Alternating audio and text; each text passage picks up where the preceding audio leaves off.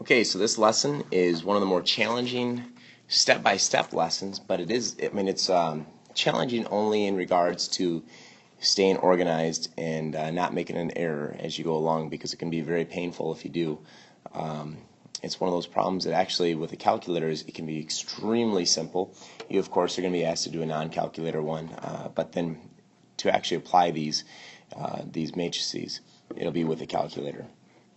But it's something called Gaussian elimination, and there's value in it, being able to control your math for several steps. And so I find there's value in it. It definitely is a challenging problem. The first thing you need to know is some of the definitions here. Gaussian elimination is to reduce a matrix, okay? And we're going to get it down to what's called row echelon form, and I'll explain that here in a second. But that's what we're trying to get when we're doing this by hand. But if you're doing a calculator, then you're going to get what's called reduced row echelon form. Reduced row echelon form actually has the answers for you, but the row echelon form gets you up to the final step. And that's what you do when you're doing this one by hand. With matrices, some of you might be a little rusty on them. 3x4 matrix means there's 3 rows versus 4 columns. So you can see 1, 2, 3 rows versus 1, 2, 3, 4 columns. In this last column here, this one right here, this is where the answers lie. Okay. Make sure when we put these things into matrices, and as I'll show you an example here, we go X, Y, Z. It doesn't have to be X, Y, Z, but it does make it easier. Just be consistent, in terms of having organization. So here we have a 3x4 system situation. We have X minus this whole thing up here, and basically what we could do is we could solve for X and then substitute it in up here, and then once you've substituted in there, now you only have Y and Z, and I could do the same thing up here and get rid of this X, so you have Y and Z, and then you can solve the Y and Z by doing systems of equations, etc. You can do that. There's that's totally doable. The Gaussian elimination though works really nice, especially because we could do a 3x4 system, we can also do a 4x5 system, etc. And it could get really ugly really quick. So this is a step-by-step process. First thing is a matrix, and we want to put this in order. So notice it's X, Y, Z, X, Y, Z, X, Y, Z. And then of course all the solutions are on the right hand side. Alright, so we're going to clear indicated spots, and we're going to have to stay organized. This is being recorded live, so who knows, I may make a mistake. Hopefully I don't. But and then we want to get to the stair step, which you'll see is a stair pattern like this, and then finally we'll get to back substitution. So these are your steps. Okay. Alright, here we go. So I'm going to take this system, which is a 3-variable system, and put it into a matrix. Alright, so here's your system into a matrix. So this represents 1x minus 1y plus 2z equals negative 3. 2x, 1y, negative 1z equals 0. Negative 1x, 2y, negative 3z equals 7. So what we're trying to do is we're going to eliminate spots, and this is going to take a lot of whiteboard spots here. When doing this, it takes a lot. My first thing is I can add. Know that you can add. You can multiply any row, and then you can add any rows. All right, and to create a new one. And so I'm going to go ahead and I'm going to add row 1, and I'm going to add row 3 together and create a new row 3. So I'm going to give myself little directions here, and the reason why is because this is worth a lot of points on your test, because I find value in this. And I'm going to add row 1 and row 3, and I'm keeping this organized so that if I do make a mistake, I can go back and find out where I went wrong. So row 1, row 3, and I'm going to produce a new row 3. Now, if you went back to the instructions back here, oops, there they are, clear indicated spots. All right, so my first spot I'm going to get rid of is this right here. That's my number 1 spot, right here, number 1. Okay? So by adding row 1 and row 3 together, when I add the x's together, notice what happens to the x's. You have 1x here and you have negative 1x here, and I get to choose which row I'm going to replace. I can't replace both, but I can replace either row 1 or row 3. and I'm going to choose to replace row 3. So if I add these together, I'm going to write this real fine here. So 1, -1, 2, -3. This is part of the organization process. Some of you are good enough that you're not going to make the mistake. I find it very helpful because everyone makes a mistake, and when you go, I can't figure out my mistake during the test, I'm like, I'm sorry. Hopefully you find it. So anyhow, so 0x, this is negative or positive 1y, it's -1z, and 4. So this right here is my new row 3.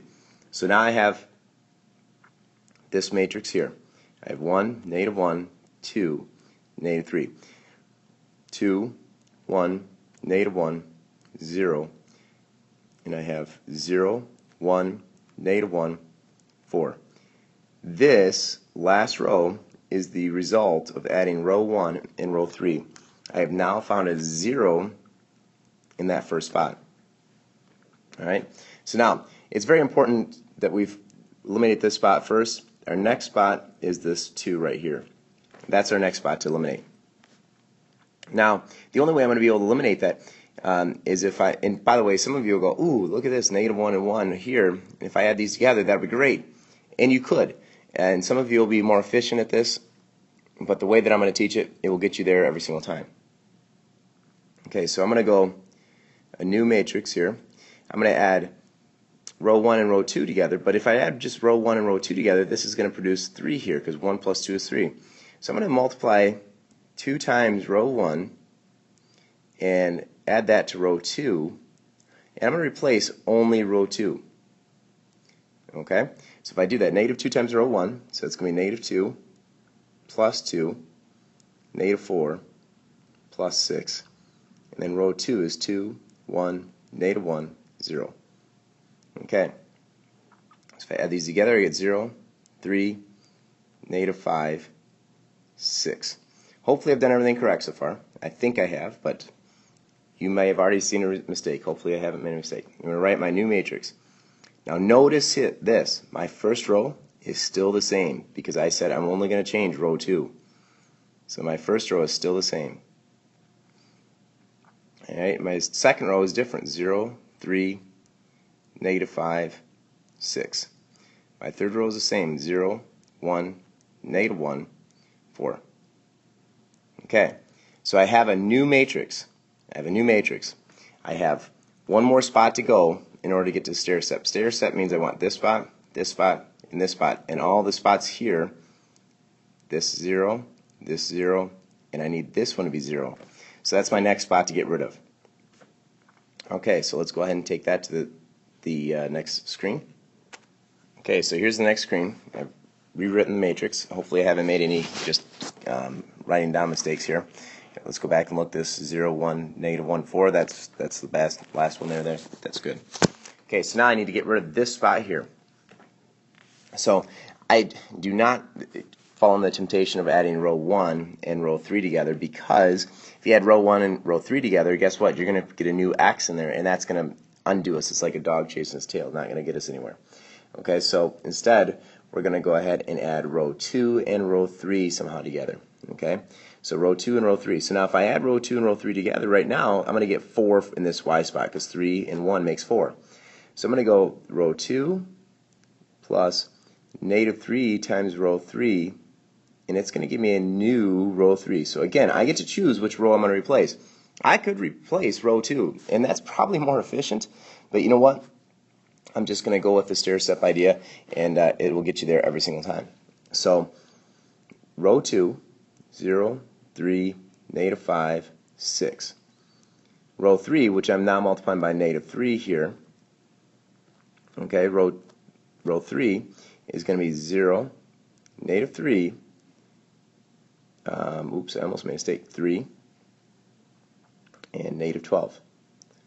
Okay, so now if I add these together, I get 0, 0, and it was positive 3, right? So positive 3, so it's -2, and this is -6. Okay, so I now I'll be in the stair step pattern. So it's 1, -1, 2, -3, 0, 3, -5, 6, 0, 0, -2, -6. Alright, so you might be going, alright, what in the world does this mean? Remember, this is x, this is y, this is z, and this is the answer. Okay, so that means that I have, oops, this is z. I said z and wrote y. So that means negative 2z equals negative 6. So z equals 3. That's a good sign. It's a whole number. I will give you whole numbers for your problems on your test, so that, I'm just checking my answer. Yep, it's good. Excuse me. So now I have this stair step here. These are all zeros. That's what I want. Now z equals 3. So now I'm going to go what's called back substitution. So I'm going to read this next row. I have 3 times y minus 5 times z, but z is 3 equals 6. And I can solve this real quick, quite quickly. So this is going to be 3y equals 21 because you add 15 across, so y equals 7. Okay, so I've got z equals 3, y equals 7. Now, I'm going to take both of these and substitute into this next row for the x and the y accordingly. So now I have, let's change color here, I have 1x minus 1y, y is 7, plus 2 times z, which is 3, equals negative 3. I'm going to solve this. So you get x minus 7 plus 6 equals negative 3. So if you solve this correctly, you're going to get x equals negative 2.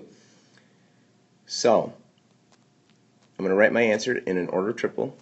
Negative 2 for my x, 7 for my y, 3 for my z. These are going to be great for story problems. It's going to be a situation where you have 3 variables and you're trying to figure out exactly what you want. What situation will give you this? So negative 2, comma 7, comma 3 is your solution. So this is Gaussian elimination. It's a step-by-step process, and it'll get you every time. Remember that you can choose what to multiply by, and you can add 2 rows together. And there is more efficient ways to do each one sometimes. Some of you will be able to do it like in one fewer step. That's fine. But this will work every single time if you go to this spot here, then this spot, and then the third spot. It'll work every single time. But there is more efficient ways sometimes. Remember, stay organized, because this is worth a lot of points. It's like one problem on the test. So it's like 10 points for this one problem. So don't follow it up. Don't be a chicken. Persevere. Hope you understood the joke. Okay, negative 273 was the final answer, and hope this helped you. Hope this helped you, and I don't know if any of you are still listening, but the other thing is we will be doing this with a calculator. If you do reduced row echelon form, you'll be able to check your work to see if you got it correct.